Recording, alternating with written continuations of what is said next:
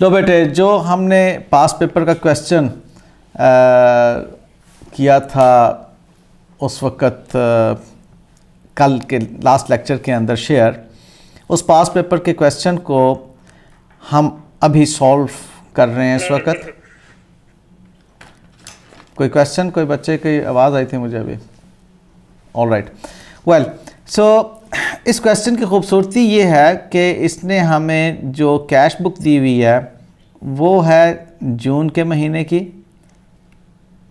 जून 2010 की, और जो बैंक स्टेटमेंट हमें दी हुई है वो है जुलाई 2010 की। ठीक है,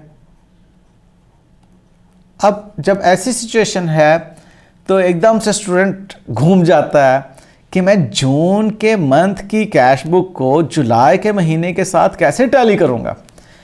कॉन्सेप्ट इसके अंदर ये है कि जो जून के मंथ में चेक इशू किया वो अगर जुलाई के मंथ में प्रेजेंट हो रहा है तो इसका मतलब है जून की लास्ट डेट को अनप्रेजेंटेड चेक था।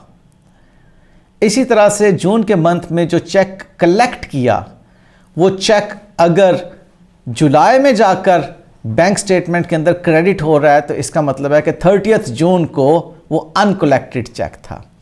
अब यूं अनप्रेजेंटेड और अनकलेक्टेड चेक्स को सबसे पहले हम आइडेंटिफाई करते हैं।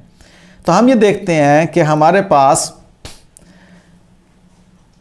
Balance as per bank statement से अगर बात को शुरू करें, जो balance as per bank statement हमारे पास 1 जुलाई को ये नज़र आ रहा है 3810 का, उसको हम balance as per bank statement लिख देते हैं। और देखिए यहाँ पर ये डेबिट में नज़र आ रहा है, इसका मतलब है कि ओवरड्राफ्ट बैलेंस था, हमने उसको डेबिट के तौर पर balance as per bank statement ले लिया। क्लियर? उसके बाद अनकलेक्टेड चेक्स और अनप्रेजेंटेड चेक्स को ढूंढना शुरू करते हैं। अनकलेक्टेड चेक्स वो हैं जो कि आपके कैश बुक में तो डेबिट हो गए लेकिन जून के मंथ में कैश बुक में क्रेडिट नहीं हुए, बल्कि जाके जुलाई के मंथ में कैश बुक में बैंक स्टेटमेंट में क्रेडिट जुलाई के मंथ में जाके हो रहे हैं। यहाँ से नीचे हमारी बैंक स्टेटमेंट नज़र आ रही है। अब देखिए जी, सबसे पहले आपके पास नज़र आ रहा है ये वाला चेक 1800 का। इसको नीचे से ऊपर जाकर देखें तो ज़्यादा बेहतर होता है, क्योंकि प्रोबेबिलिटी यही है ना कि जो लास्ट डेट्स में चेक कलेक्ट हुआ है वो वाला चेक जो है वो बैंक में कलेक्ट नहीं हुआ होगा, जो लास्ट मंथ में लास्ट डेट में हमें जो चेक रिसीव हुआ। तो लास्ट डेट में हमें 1800 का चेक रिसीव हो रहा है हबीबा से, वो आप देख लीजिए कि जाके बैंक में क्रेडिट हो रहा है 3 तारीख को, लिहाजा ये अनकलेक्टेड चेक्स में आपने लिख दिया 1800। उसके बाद आप देखिए अली का 3000, ये अली का 3000 जो है वो हमें लगा था कि शायद ये वो वाला 3000 है जो यहाँ पर है, लेकिन ये ऐसा नहीं है। ये मिस प्रिंटिंग की वजह से हमने उसको उस वक़्त अनक्रेडिटेड के तौर पर लिया था। ये मिस प्रिंटिंग है, ये अली नहीं लिखा हुआ, ये कोई और 3000 है, लिहाजा इसको मैंने यहाँ से निकाल दिया। ये अनक्रेडिटेड चेक नहीं है, गलती से लिखा गया था उस वक़्त। उसके बाद देखा 13000 हाजी बिलाल का चेक, वो हमें हाजी बिलाल का चेक ये 13000 जुलाई के महीने में बैंक अकाउंट में बैंक स्टेटमेंट में क्रेडिट होता हुआ नज़र आ रहा है। व्हाट डज़ इट मीन कि जून के महीने में बैंक स्टेटमेंट में कलेक्ट नहीं हुआ था हाजी बिलाल वाला 13000। देयरफॉर जून के महीने की बैंक रिकन्सिलेशन जो हम बना रहे हैं उसमें हमने अनक्रेडिटेड चेक 13000 भी ले लिया। उसके बाद हम देखते हैं ये फ़ारूक नागरा 4200 का चेक, वो फ़ारूक नागरा का चेक भी हमें जो नज़र आ रहा है वो 4200 का जाकर बैंक में क्रेडिट होता हुआ नज़र आ रहा है in the month of July. जून में वो क्रेडिट नहीं हुआ, देयरफॉर जून में 30 जून को हमने उसको अनक्रेडिटेड चेक के तौर पर अपने रिकॉर्ड में शामिल कर लिया बैंक रिकन्सिलेशन स्टेटमेंट के अंदर। और हमें कोई यहाँ पर ऐसा चेक नज़र नहीं आ रहा जो कि बैंक में क्रेडिट जुलाई के महीने में हुआ हो, इधर अपीयर हो रहा हो जून के महीने में। अब आप आ जाइए अपने बैंक कॉलम यानी कि कैश बुक की क्रेडिट साइड पर, तो क्रेडिट साइड पर हमें एक नज़र आता है चेक 1100 का उबैद रज़ा का चेक। वो उबैद रज़ा का चेक हमें बैंक स्टेटमेंट में जुलाई के मंथ में प्रेजेंट होता हुआ नज़र आता है 1100 से। देयरफॉर वो 1100 का चेक जो है हमने अनप्रेजेंटेड चेक में शामिल कर दिया। फ़िलहाल यहाँ तक हम रहे, उसके बाद हमें और यहाँ पर कोई ऐसी मैचिंग फ़िगर नज़र नहीं आ रही जो कि बैंक अकाउंट में क्रेडिट हुई हो जून के मंथ में और एग्जैक्टली वही वाली अमाउंट हमें बैंक स्टेटमेंट में डेबिट होती हुई नज़र आ रही है सिवाय इस 1100 के। इसके बाद हम आ जाते हैं इसकी अदर इंफॉर्मेशन जो कि हमें प्रोवाइड की गई है उसके अंदर। अदर इंफॉर्मेशन में वो हमें ये कहता है, अदर इंफॉर्मेशन में हमें वो कहता है कि check received from mister Ali and deposited in the bank on June 29 was dishonoured. ये है वो अली वाला चेक जिसने हमें रिकन्फर्म किया कि ये चेक असल में अनप्रेजेंटेड नहीं था बल्कि ये कुछ और बात थी। अली वाला चेक जो है 3000 का, उसके बारे में कह रहा है वो डिसऑनर हो गया। और डिसऑनर चेक को हम अच्छी तरह से समझते हैं कि कैश बुक में इसे क्रेडिट साइड पर लिखना, क्योंकि ये अली से जो 29 तारीख को चेक रिसीव हुआ था वो वापस हो गया का मतलब है कि हमने यहाँ पर गलत डेबिट किया हुआ, उसको आप क्रेडिट कर देंगे। बात समझ आ जाती है। नंबर सेकंड है dividend income of 690 is received in the bank on June 30th। 690 की डिविडेंड इनकम हमें एग्जैक्टली जून 30th को रिसीव हुई बैंक में, तो कैश बुक में नज़र नहीं आ रही जून 30th को। आप डिविडेंड इनकम को जून 30th कैश बुक में लिखते हैं। उसके बाद कहता है cheque of 5200 received on June 10 from mister Zulfiqar was recorded in the credit side of the cash book. अब ये वो पॉइंट है जो कि हमें समझना है। यहाँ पर वो कह रहा है, मैं इसको जूम करता हूँ तो वो हिल जाता है यार, क्या कुछ नहीं, वो मैं जूम करता हूँ तो वो हिल जाता है। ओके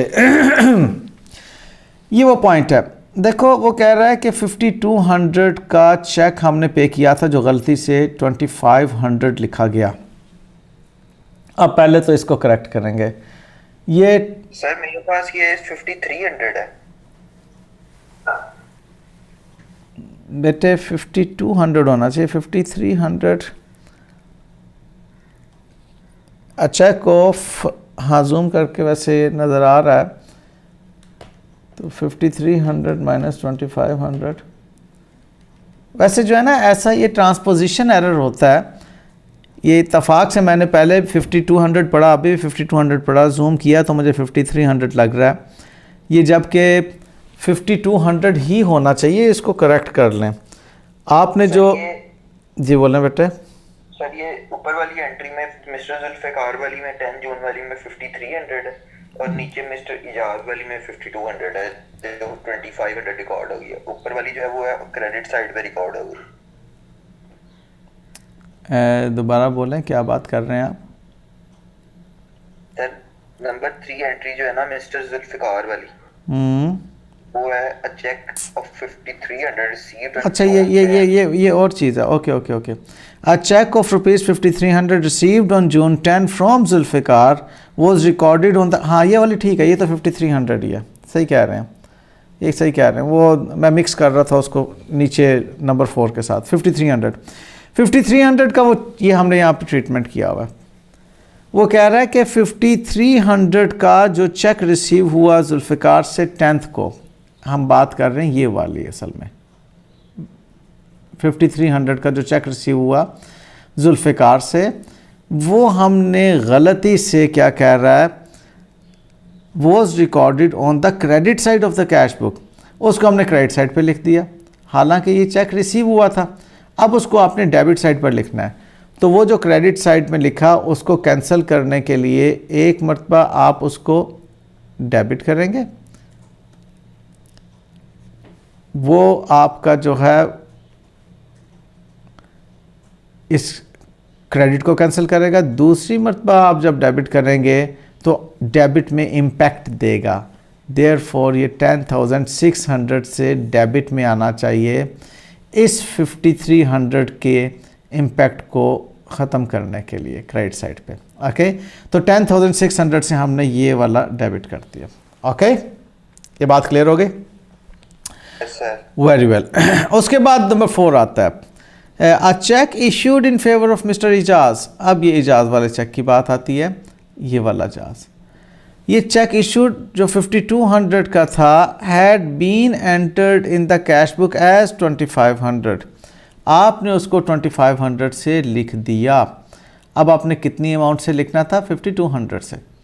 5,200 से लिखने की बजाय अगर 2,500 से लिखा तो यहाँ पर हमने उसकी रेक्टिफिकेशन की कि आपने 2,700 से फर्दर क्रेडिट करना है।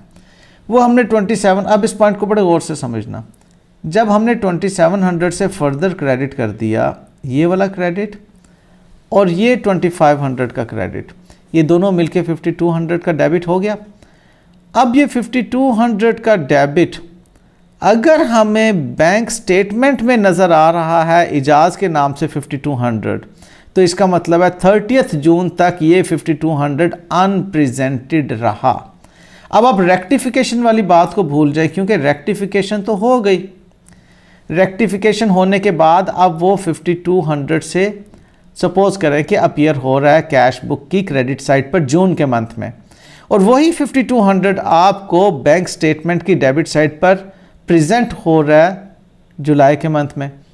व्हाट डज इट मीन कि 30 जून तक वो अनप्रेजेंटेड था, देयरफॉर इस 5,200 को अनप्रेजेंटेड में शामिल करेंगे। ये पॉइंट मुझे बताइए जिस बच्चे को क्लियर नहीं हुआ। हो गया सर। बिल्कुल सही। बाकी बच्चे बाकी स्टूडेंट्स? फैसल? हो गया sir. Good. Okay sir. Good, माशाल्लाह। अच्छा जी, उसके बाद कहता है कि markup on overdraft charged by the bank on 30 June 2010 amounted to 2,500। अब ये मार्कअप 2,500 का आपने बैंक अकाउंट में क्रेडिट कर दिया। सीधी सी बात है, आपका एक्सपेंस है, एक्सपेंस को डेबिट करेंगे। मार्कअप यानी कि इंटरेस्ट, मैंने आपको लास्ट लेक्चर में बताया था कि इस मार्कअप को आपने मार्कअप एंड मार्जिन वाले के साथ कंफ्यूज नहीं करना। ये मार्कअप इंटरेस्ट है, इंटरेस्ट ऑन द लोन जो ओवरड्राफ्ट था। ओके, उसके ऊपर मार्कअप 2,500 का चार्ज हुआ, हमने बैंक अकाउंट को क्रेडिट कर दिया। फिर उसके बाद नंबर 6 पॉइंट में कहता है पैटी कैश पेमेंट थी खिजर को was recorded in the cash book. तो जो पैटी कैश पेमेंट खिजर को थी जो हमने रिकॉर्ड कर दी कैश बुक में, वो दरअसल कैश बुक में रिकॉर्ड होना नहीं बनती थी, यानी कि बैंक कॉलम में रिकॉर्ड होना नहीं बनती थी, इसलिए उसको अब यहाँ से आप बाहर निकालिए। आपने गलत 1,200 जो है कैश बुक में रिकॉर्ड किया हुआ है पैटी कैश का, ये आपको 18 को खिजर और सामने 1,200 नज़र आ रहा है। तो वो कह रहा है कि आपने कैश बुक यानी कि बैंक कॉलम को गलत क्रेडिट किया हुआ है, आप उसको डेबिट कर देंगे, आपकी मिस्टेक है। फिर standing order payment charge by the bank on June 30 amounted to 3,110। वो 3,110 की आप क्रेडिट कार्ड पेमेंट रिकॉर्ड कर लेंगे। ये जब तमाम आप एंट्रीज कर चुके तो अब आप बैंक रिकन्सिलिएशन स्टेटमेंट का टोटल करेंगे, डेबिट और डेबिट ऐड कर दीजिए और क्रेडिट्स लेस कर दीजिए। तो आपके क्रेडिट्स जो हैं वो ज़्यादा हैं, देयरफॉर बैंक स्टेटमेंट का बैलेंस क्रेडिट आ रहा है, मींस कैश बुक का बैलेंस जो है वो डेबिट होना चाहिए 8,890 से। तो वो आप देखते हैं कि एग्जैक्टली आपका सेम आंसर है। जी बेटे, any point two discuss? Clear है? अस्सलाम वालेकुम सर। जी बेटे, वालेकुम सलाम। सर समझ तो मुझे आ गया, मेरा लैपटॉप अपडेट हो रहा था थोड़ी देर से। अगर आपने कोई टेक्निकल टर्म्स वगैरह बताई हैं तो काइंडली उनको रिपीट कर दें, वरना मुझे समझ आ गया होगा सारे का सारा। बस टेक्निकल टर्म्स इसमें कोई ख़ास नहीं थी, कोई ऐसी नई टेक्निकल टर्म नहीं थी। बस यही था कि जून के मंथ की कैश बुक है और बैंक स्टेटमेंट जो है वो जुलाई के मंथ की है, तो आपने किस तरह से ट्रेस करना है, सिर्फ यही बात थी इसके अंदर। Thank you sir. सर ये सक्लैन का कैमरा बंद करवा देंगे, ये गोले को दिखा रहा है। सक्लैन का कैमरा मुझे तो नज़र नहीं आ रहा जी। सक्लैन सही है, पागल हो गए, इसको छोड़ें। चलो आप फिर अपने आप को ठीक कर लें। ओके। मैंने स्क्रीनशॉट ले लिया सक्लैन, मैं तुझे भेजता हूँ। अच्छा, ग्रुप में ओके नेक्स्ट बेटे, क्या आप देखना चाहेंगे इस वक्त? कोई क्वेश्चन है पास पेपर का जो डिस्कस करना चाह रहे हैं? ये सर एक क्वेश्चन पूछना था। जी पूछे बेटे। सर अगर कोई अमाउंट जो हमारे पहले डिपॉजिट अकाउंट में पड़ी हो, तो वो अगर हम उसे अपने ग्राउंड अकाउंट में ट्रांसफर कर लें तो उसकी एंट्री क्या होगी? Okay okay okay okay okay okay देखो बेटे, यहाँ पर मैं आपको कुछ कॉन्सेप्ट पहले क्लियर करूँ, उसके बाद हम इस पे बात करेंगे। बैंक में जब एक बिजनेस अपना अकाउंट ओपन कराता है, ये बैंक है जी, इसमें आप अपना अकाउंट ओपन करवा रहे हैं। वो बैंक अकाउंट कितनी तरह के होते हैं इसको ज़रा समझ लीजिए, ये इम्पोर्टेंट पॉइंट है। एग्जामिनर अमूमन इस तरह की चीज़ों में स्टूडेंट को उलझाता है।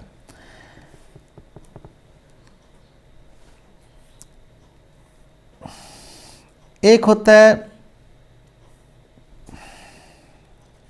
टाइम डिपॉजिट,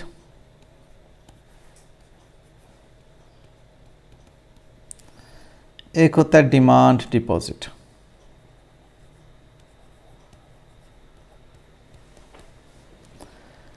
टाइम डिपॉजिट का मतलब है कि आपने 3 मंथ्स के लिए, मैं जस्ट एज्यूम कर रहा हूँ, 6 मंथ्स के लिए, 12 मंथ्स के लिए, एक आपने फिक्स्ड पीरियड के लिए आपने डिपॉजिट करवा दिया, इसको हम कहते हैं टाइम डिपॉजिट। जो डिमांड डिपॉजिट हैं पाकिस्तान में वो 2 तरह के हैं, एक करंट अकाउंट,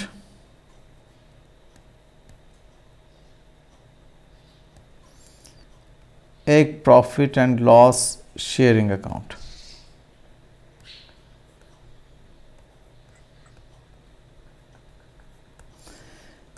इसको अगर वो बुक पाकिस्तान की नहीं लिखी हुई तो सेविंग अकाउंट भी कहेगी। अगर आप किसी और बुक से पढ़ रहे हैं तो वो सेविंग अकाउंट भी इसको कहेगी।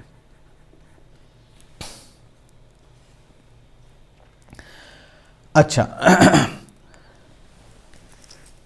जो बिजनेस रेगुलर अपने डिपॉजिट्स एंड विड्रॉवल्स कर रहा होता है, वो या तो करंट अकाउंट में डिपॉजिट्स एंड विड्रॉवल्स चल रहे होती हैं, प्रॉफिट लॉस शेयरिंग में चल रहे होते हैं। ओके, जो ट्रांजैक्शंस हो रही होती हैं डिपॉजिट्स एंड विड्रॉवल्स की, ठीक है, डिपॉजिट्स या विड्रॉवल्स वो current account and profit loss में हो रहे होते हैं। जो टाइम डिपॉजिट होता है जिसमें आपने फिक्स टाइम पीरियड के लिए रकम जमा करवा दी होती है और आप चाहते हैं कि सेविंग मेरी यहाँ पर पड़ी रहे, वहाँ पर आपने एक मरतबा डिपॉजिट करवा दिया और उसके बाद आप उसमें फ्रीक्वेंट डिपॉजिट एंड विड्रॉवल नहीं कर रहे होते। अब आप मुझे बताएं, यहाँ पर 1 टाइम ट्रांजैक्शन होनी है, ओके, और एक पीरियड एंड के बाद आपको प्रॉफिट ऑन डिपॉजिट मिल जाना। वन टाइम ट्रांजैक्शन होनी है, और एक पीरियड एंड के बाद प्रॉफिट ऑन डिपॉजिट आपको मिल जाएगा। और उसके बाद ऑन मैच्योरिटी, जब 3 महीने 6 महीने या 12 महीने ख़त्म होंगे, the balance is withdrawn. Okay, जबकि इसके अंदर फ्रीक्वेंट ट्रांजैक्शंस हो रही होती हैं।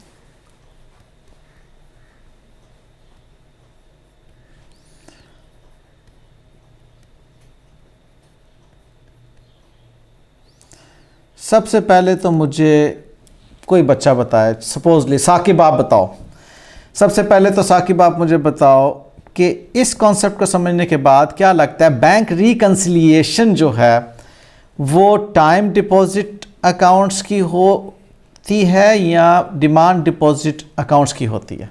बैंक रिकंसिलिएशन किसकी की जाती होगी, क्या आपके जहन में आता है Saqib? Demand deposit sir. Demand deposit के, क्योंकि जहाँ पर ट्रांजैक्शन ही नहीं हो रही वहाँ पर बैंक रिकंसिलिएशन का जवाज़ ही नहीं बनता। शाबाश, एक्सीलेंट, बिल्कुल ठीक आपने बेटे बात की है। इसकी बैंक रिकंसिलिएशंस बन रही होंगी डिमांड डिपॉजिट अकाउंट की। ओके, तो टाइम डिपॉजिट की तो बैंक रिकंसिलिएशन बिल्कुल भी नहीं बनाने की ज़रूरत, क्योंकि उसमें एक ट्रांजैक्शन है और कोई ऐसा डिफरेंस आना नहीं है, उसकी बैंक रिकंसिलिएशन की ज़रूरत नहीं पड़ती। अब सवाल जो किया था किस बच्चे ने किया था? उमैर, किसने किया था सवाल?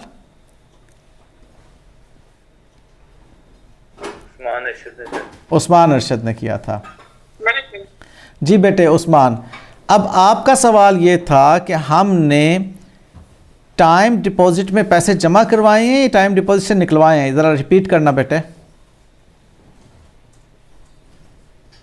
हमारे पास बैलेंस है वो डिपॉजिट अकाउंट में पड़ा हुआ है और वो हमने अपने जो करंट अकाउंट है ना उसमें ट्रांसफर किया है। ओके, यहाँ से बैलेंस आपका जो है, बैलेंस आपका यहाँ से ट्रांसफ़र हो रहा है करंट अकाउंट में, और आप अकाउंटिंग कर रहे हैं इस वक्त करंट अकाउंट की। ओके, करंट अकाउंट में अब आप क्या करेंगे?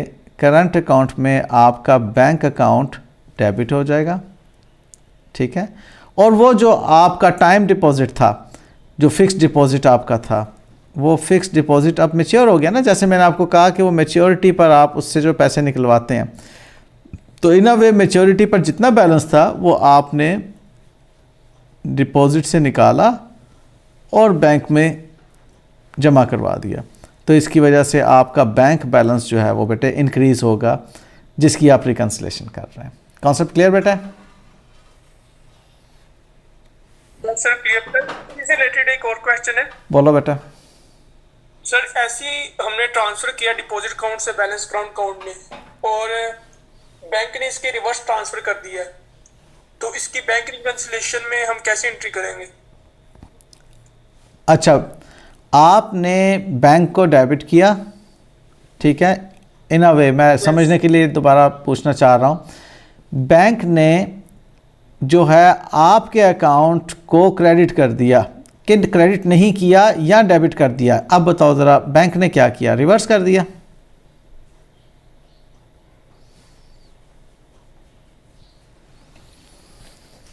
एक्चुअली ना जो यहाँ पे एक पॉइंट है मेरे पास, पास पेपर का क्वेश्चन है, उसमें ये लिखा हुआ है कि 500 का हमारे पास अमाउंट है और वो हमारे डिपॉजिट अकाउंट में पड़ा हुआ था, वो हमने अपने अकाउंट करंट अकाउंट में ट्रांसफर किया, लेकिन जो बैंक ने अपने पास एंट्री की है ना उसने इसका रिवर्स कर दिया।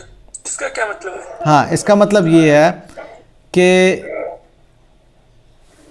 बैंक स्टेटमेंट में वो हमारे अकाउंट को क्रेडिट होना चाहिए था, उसने क्रेडिट नहीं किया, उसने डेबिट कर दिया। अब आप डबल अमाउंट से बैंक स्टेटमेंट में क्रेडिट करेंगे, ठीक है, लेकिन करेंगे आप बैंक रिकंसिलिएशन स्टेटमेंट के अंदर। ओके, क्योंकि wrongly डेबिटेड बाय बैंक है ना, तो जब wrongly डेबिटेड बाय बैंक है तो अब आप डबल अमाउंट से क्रेडिट करेंगे बैंक रिकंसिलेशन में तो रेक्टिफाई होगा ना, ठीक है। इसकी रेक्टिफिकेशन डबल अमाउंट से होगी, लेकिन होगी बैंक रिकंसिलेशन में, क्योंकि ये बैंक मिस्टेक है, ये आपकी मिस्टेक नहीं है जी। और कोई क्वेश्चन मेरे बच्चों का? आई अप्रिशिएट ये बच्चे जो पास पेपर से क्वेश्चंस कर रहे हैं, बहुत अच्छा कर रहे हैं। ताज़ा पास पेपर को आप को अटेम्प्ट करना चाहिए, और आई ट्रस्ट कि आपका जो अपकमिंग जो भी टेस्ट होगा उसमें मैं बैंक रिकंसिलिएशन के पॉइंट्स ज़रूर पूछूंगा। सर ये क्वेश्चन था पास पेपर में है जी बेटा। गैलेक्सी एंटरप्राइजेस, ओके तो ये 2016 अटेम्प्ट का है। ओके तो सर ये सिर्फ आप एक दफ़ा डिस्कस कर दें, करवाए ना, ये खुद कर लेंगे, लेकिन ये एक दफ़ा डिस्कस कर दें आप। अच्छा, अब आप इस क्वेश्चन को ज़रा साफ़ सुथरा सा भेजिए व्हाट्सएप ग्रुप के अंदर, ताकि मैं व्हाट्सएप से इसको डाउनलोड करके आप लोगों को डिस्कस कर दूं। जी सर, जी सर। अच्छा, अब आप ही रिस्पॉन्ड यस नो में करते रहेंगे, क्योंकि मैं एक रिप्रेजेंटेटिव स्टूडेंट रिक्वायर करूंगा जो कि मुझे साथ साथ रिस्पॉन्ड करता रहे, और चीज़ें जो हैं हम फिर आगे बढ़ाते चले जाएंगे। सबसे पहले देखें कि इसकी रिक्वायरमेंट क्या है। Compute correct bank book balance and prepare necessary journal entries to correct the errors in the bank book. और बी रिक्वायरमेंट क्या लिखी हुई है, पढ़ दो आप ज़रा ऊंची आवाज़ में। हमजा सर बी है prepare bank reconciliation statement for the month of January 2016। ठीक है, जनवरी 2016 की बैंक रिकंसिलिएशन रिक्वायर कर रहे हैं। Okay, very well.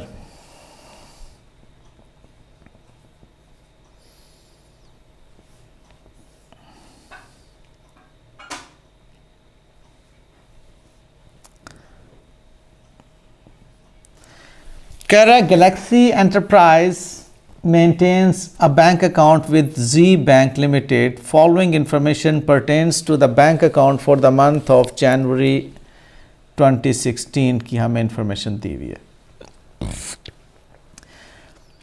Balance on 31 January 2016 bank book का गिवन है और बैंक स्टेटमेंट का गिवन है। हम ऐसा करते हैं, साथ साथ बेशक बैंक बुक बनाना शुरू भी कर देते हैं, अगर हमारी बन गई तो वंडरफुल है, टाइम के अंदर अगर काम हो गया हमारा। ओके, डेबिट बैलेंस वो कह रहा है हमारे पास 856,000 का। बैंक स्टेटमेंट हम अभी नहीं बना रहे। ओके, वो क्रेडिट बैलेंस है। Other information, following is the list of outstanding cheques as at 31 January 2016।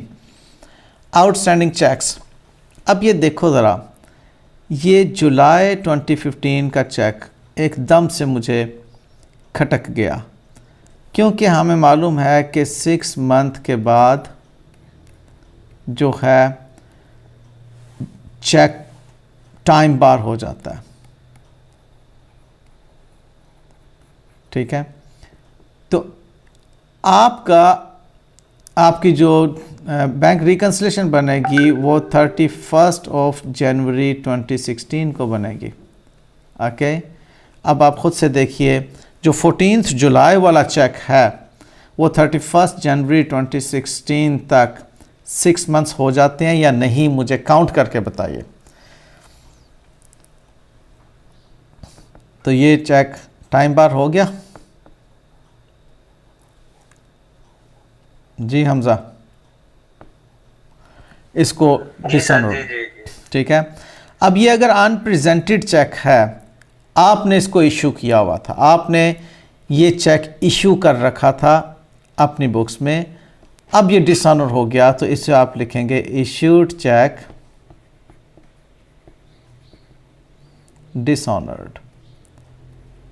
ये तो इसकी एक नरेशन है, असल में जिसको आपने पे किया था, I am sorry, accounts payable को जिसको आपने पे किया था उसको अब आप क्रेडिट कर रहे हैं अपनी बुक्स में और बैंक को वापस डेबिट कर रहे हैं 250,000 से। पहली बात तो यहाँ पर आ गई। और बाकी के अब जो चेक हैं वो आपके अनप्रेजेंटेड नज़र आ रहे हैं। बहरहाल कहता है review of the outstanding cheques revealed that incorrect page name was mentioned on cheque number 666। Cheque number 777 was issued to replace cheque number 666 और ये जो चेक नंबर 777 है वो इशू किया था to replace cheque number 666। The difference of 45% represents payment against another invoice. Okay, अब यहाँ पर वो क्या कह रहा है कि आपने जो 455 का चेक इशू किया था, जो 666 अकाउंट पेएबल था, आपने क्या एंट्री की होगी, ज़रा आप मेरे साथ रहिएगा। आपने उससे कुछ गुड्स परचेज की, वो लायबिलिटी था, आपने अकाउंट्स पेएबल को डेबिट करके आपने बैंक को क्रेडिट किया होगा 455,000 से। जो चेक हो गया डिसऑनर। ओके, उसकी जगह आपने क्या किया, आपने एक नया चेक इशू कर दिया। अब जब आपने नया चेक इशू किया तो यहाँ तो आप इसको पहले रिवर्स करके दोबारा 500,000 से अकाउंटिंग एंट्री करें, या फिर आप सिंपली जो एक नया अकाउंट्स पेएबल आपका बन गया 45,000 से, सिर्फ उसकी अकाउंटिंग एंट्री पास करें। तो अकाउंट्स पेएबल को आप डेबिट करके बैंक को आप 45,000 से फर्दर अकाउंट फॉर कर दें, क्योंकि आपका 455 जो है ऑलरेडी आपकी बुक्स के अंदर मौजूद है। ये ऑलरेडी मौजूद है, आपको अब सिर्फ इसकी अकाउंटिंग एंट्री करना होगी। यहाँ पर आप अकाउंट्स पेएबल 45,000 से एक फर्दर अकाउंटिंग एंट्री पास कर देंगे और इसको भी आप अपनी अनप्रेजेंटेड की और इसको भी आप अपनी अनप्रेजेंटेड की, अगर वो प्रेजेंट नहीं हुआ, send same was issued to replace cheque, ये द डिफरेंस ये रिप्रेजेंट पेमेंट अगेंस्ट ये। अच्छा, अब ये प्रेजेंट जो है वो अनप्रेजेंटेड में 5,000 वाला आपका अनप्रेजेंटेड रह जाएगा, क्योंकि ये जो 45 वाला चेक है, 455 वाला चेक, ये तो आपका डिसऑनर हो गया और डिसऑनर होने के बाद रिप्लेस हो गया और रिप्लेस होने के बाद फर्दर अमाउंट भी लिखी गई। तो आपके अनप्रेजेंटेड चेक के अंदर एक तो आपका 79,000 का चेक आएगा, एक 500,000 का चेक आएगा और वेरियस चेक, इसके बारे में उसने कुछ बात नहीं की, ये भी आपके आएंगे। आपका जो चेक 250,000 का है वो भी आपका अनप्रेजेंटेड में नहीं आएगा। यहाँ तक बताइए, बात समझ आती है बेटे? Yes sir.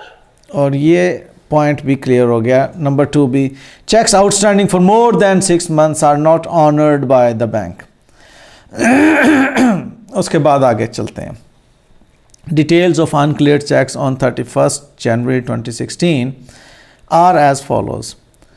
ये अक्टूबर में चेक बैंक में डिपॉजिट करवाए थे, ये दिसंबर में करवाए थे, 31 जनवरी को करवाए थे। इसके बारे में कहता है 1XX was dishonored on 28th। ये जो है ये चेक डिसऑनर हो चुका हुआ है, लिहाजा अनकलेक्टेड में नहीं जाएगा। ये आप अकाउंट्स रिसीवेबल डिसऑनर्ड चेक के अगेंस्ट आप 140 से बैंक को, आई एम सॉरी, उस तरफ जाएगा ना, डिसऑनर्ड चेक आपने जो डेबिट किया हुआ था अब यहाँ पर अकाउंट्स रिसीवेबल जो डिसऑनर हो गया चेक 140 से आप बैंक कॉलम में क्रेडिट कर देंगे। उसके बाद कहता है कि 2XX was mistakenly credited by the bank to another party. GE's account was however credited in 8th February. तो 8 फरवरी को उसने क्रेडिट कर दिया, ठीक है। तो अभी तक तो 31 जनवरी तक तो ये अनकलेक्टेड चेक्स में ही रहेगा ना। उसने जो भी किया उसने अपने आप को रेक्टिफाई बाद में कर लिया, लेकिन ये फ़िलहाल हमारा अनकलेक्टेड चेक में ये तीनों अकाउंट नज़र आएंगे। आप फौरी तौर पे अगर टोटल करना चाहें तो आप इनका 79, 500 और 1350 का और इधर से 70, 63 और 1780 का टोटल करके अनकलेक्टेड और अनप्रेजेंटेड चेक्स के फिगर को फाइनल कर दें। उसके बाद 3 पॉइंट्स रह गए जी। कहता है debit of 135 is appearing in the bank statement of January 2016. It represents reversal of a credit given in December 2015 against a post-dated check of 1st March 2016 which was mistakenly deposited by GE.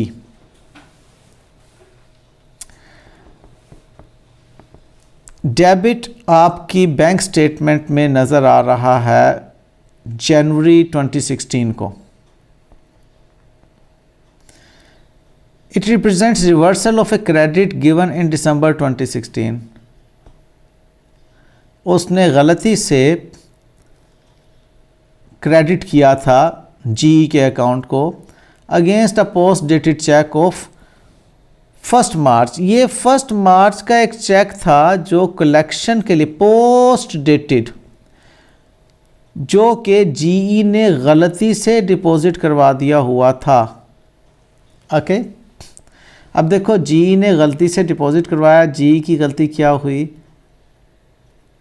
Bank को debit करके अपने accounts receivable को credit कर दिया उसने 135 से। Okay, in the month of December ये हुआ। बैंक ने क्या किया? बैंक ने बैंक स्टेटमेंट में उसको जीई को क्रेडिट कर दिया पहले 135 से। जो बैंक ने गलती की वही उसने कर दी। बाद में उसको जब पता चला तो उसने जीई को डेबिट कर दिया 135 से। तो बैंक ने तो जो गलती की थी उसको करेक्ट कर दिया, लेकिन सवाल ये उभरता है कि क्या जो गलती आपने अपनी बुक्स में की थी 135 को गलत डेबिट करने की, क्या आपने उसको क्रेडिट कर दिया? वो अब आप क्रेडिट कर देंगे, क्योंकि ये आपने जब बैंक में जमा करवाया था। असूलन तो वैसे ये टेक्निकली स्पीकिंग ये ऐसा नहीं होता कि बैंक पोस्ट डेटेड चेक आपके काउंटर पर ही वापस कर देता है, और काउंटर पर ही आपको पता चल जाता है कि जनाब ये चेक जो है पोस्ट डेटेड है, ये बाद में इसकी डेट डली हुई है मार्च के महीने की, अभी वो जमा हो ही नहीं सकता काउंटर पर ही। लेकिन बहरहाल अगर वो कह रहा है एग्जामिनेशन क्वेश्चन के अंदर तो हम मान लेते हैं। तो हमने जो उसे 135 का गलत डेबिट किया हुआ है, आप उसको क्रेडिट कर देंगे reversal of post dated cheque.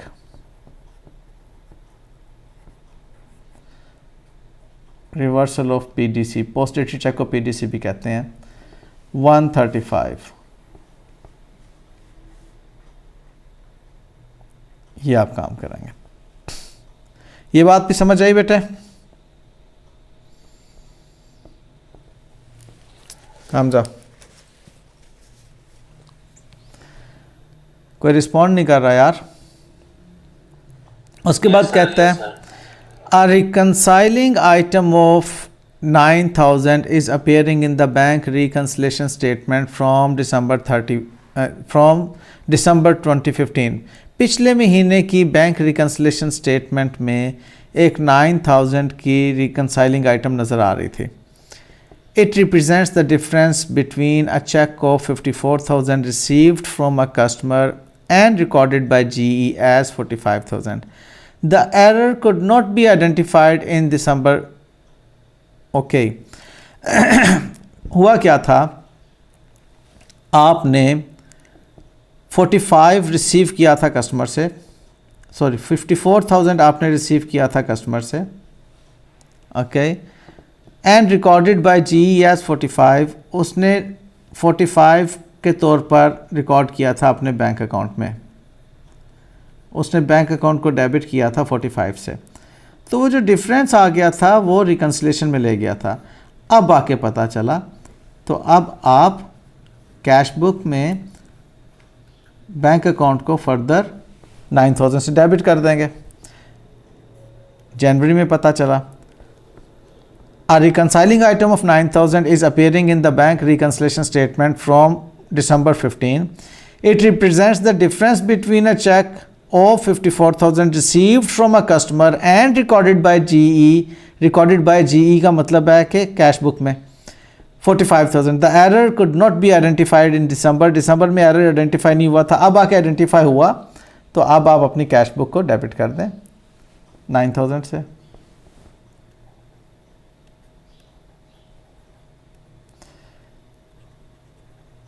check received less recorded, अब आपने उसको फर्दर रिकॉर्ड कर दिया 9,000 से। फॉलोइंग डेबिट एडवाइसेस डेटेड 29 जनवरी, डेबिट एडवाइस का मतलब होता है कि बैंक ने आपको डेबिट किया, वर received by GE in February, GE को बाद में पता चला। बैंक चार्जेस हैं and payment of 120,000 for annual subscription, ये नोट कर लें, बैंक चार्जेस आपके हैं।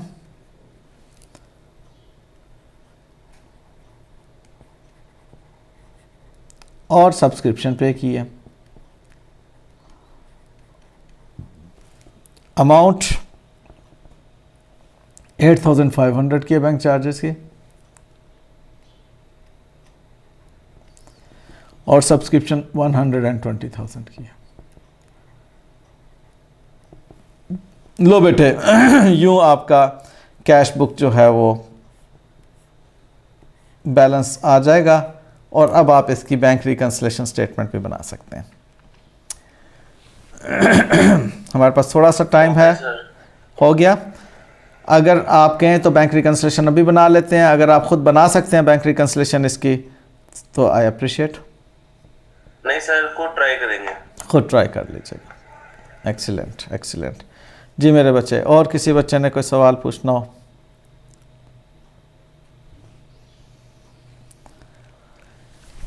हमारी अब ये बैंक रिकन्सिलेशन का चैप्टर आई एम कॉन्फिडेंट कि बहुत अच्छा तैयार हो गया। अब अगर आप लोगों को बैंक रिकन्सिलेशन की फर्दर प्रैक्टिस में कोई प्रॉब्लम आए तो you may ask me in the upcoming lectures, लेकिन नेक्स्ट इंशाअल्लाह ताला हम नया लेक्चर स्टार्ट करेंगे, that would be on bad debts.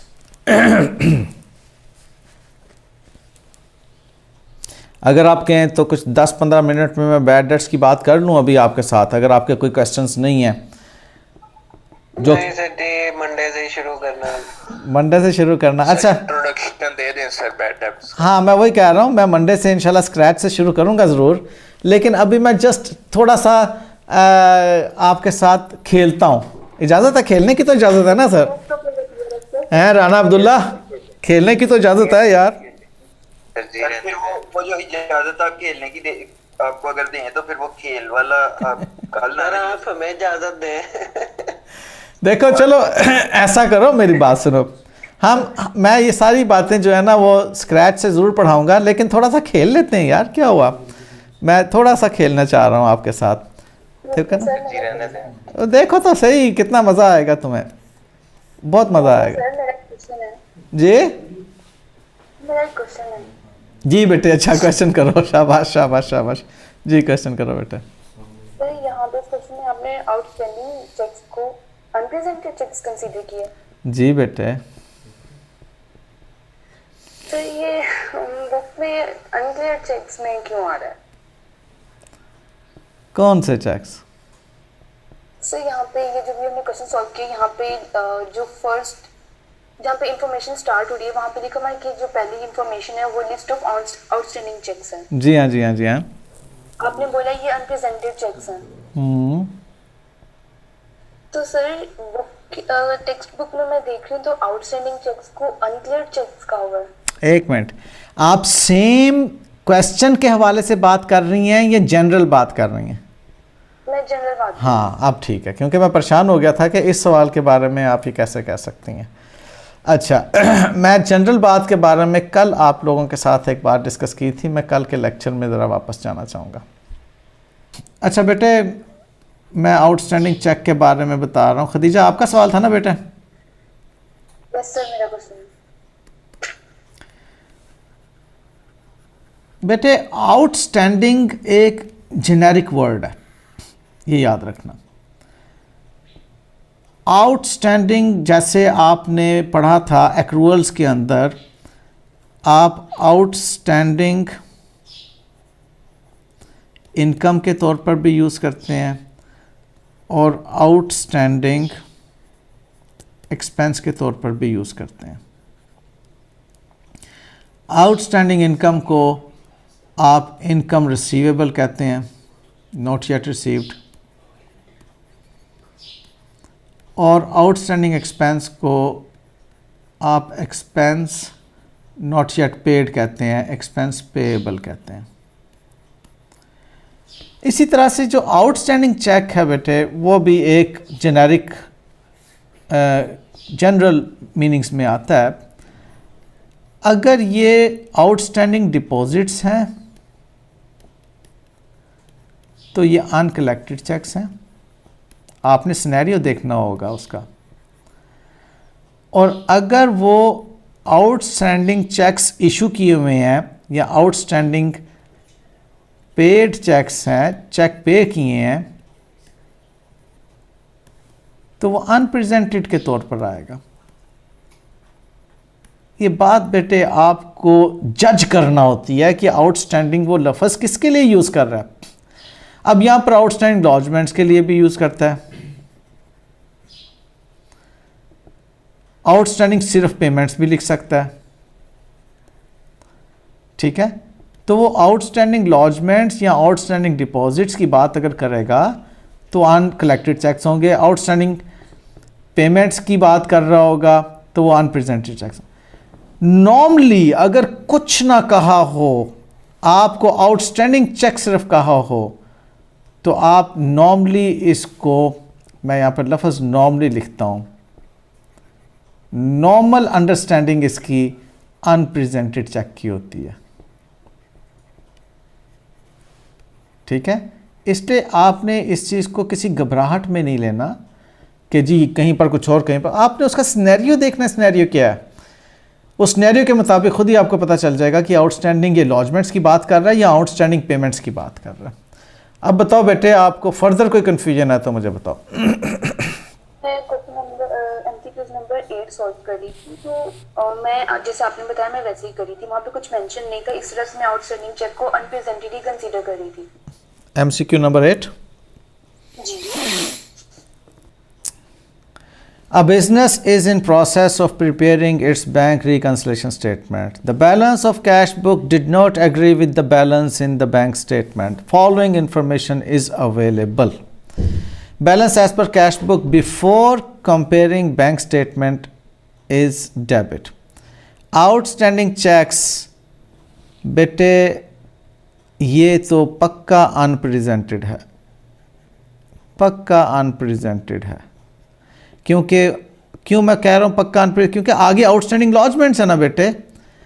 Outstanding लॉजमेंट्स जो हैं वो अनक्लियर्ड हैं। उसके बाद बैंक चार्जेस या बैंक इंटरेस्ट इनकम है। अब बता मेरा काका, मसला क्या है? बात आ गई ना, दोनों के साथ उसने आउटस्टैंडिंग लिखा हुआ है ना। जी बिल्कुल, मैं यही इसी तरह मैं सॉल्व करी थी, लेकिन फिर जो बुक के सॉल्यूशन है उसमें उन्होंने बुक के सॉल्यूशन को आप साइड पे करें। अब मुझे नहीं पता बुक में क्या सॉल्यूशन है, मैं आपके सामने इसको सॉल्व कर रहा हूँ। आपने सॉल्व किया हुआ पहले, आप ज़रा देखती जाओ क्या होगा। आपका कैश बुक का बैलेंस डेबिट आपके पास आया, और यहाँ पर आपने इंटरेस्ट इनकम से बैंक अकाउंट को डेबिट किया 100 से, बैंक चार्जेस को आपने बैंक अकाउंट में क्रेडिट किया 50 से। उसके बाद आपने इसका कैरी फॉरवर्ड बैलेंस निकाला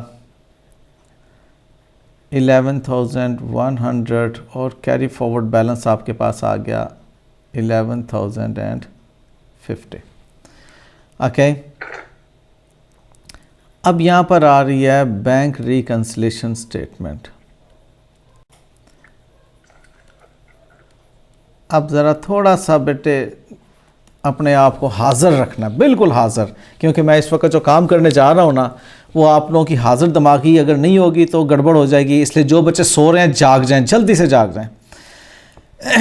ये बैंक स्टेटमेंट बन रही है एज ऑन अ डेट।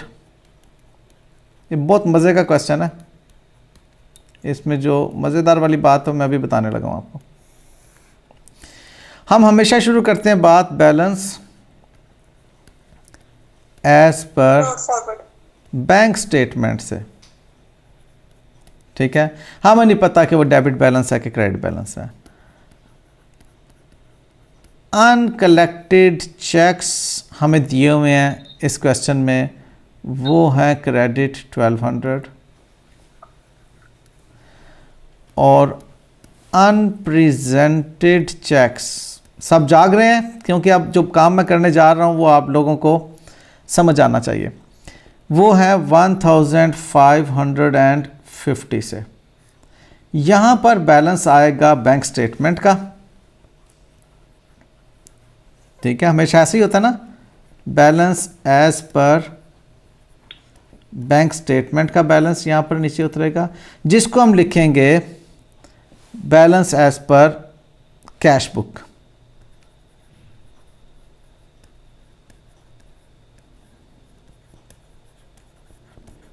हमें यहाँ पर balance as per cash book given है, ये वाला बैलेंस। ये बताओ कौन सा बैलेंस है, डेबिट बैलेंस है कि क्रेडिट बैलेंस है? ये डेबिट है 11050 का। अगर ये डेबिट है तो यहाँ पर क्रेडिट आएगा 11050। रिवर्स वर्किंग से मुझे बताओ कि यहाँ पर क्या आएगा। रिवर्स वर्किंग से मुझे बताओ कि यहाँ पर क्या आएगा। क्रेडिट आएगा। रिवर्स वर्किंग करो बेटे। कोई एक ऐसी अमाउंट है जिसमें ये ऐड हुआ और ये लेस हुआ तो ये आया, जो लेस हुआ उसको ऐड करो। 11050 प्लस 1550 माइनस 1200, तो आपके पास यहाँ पे क्रेडिट आता है 11,400। 11,400 आता है ना खदीजा बेटे? बताओ ये अब आपको बात समझ आती है? जी सर।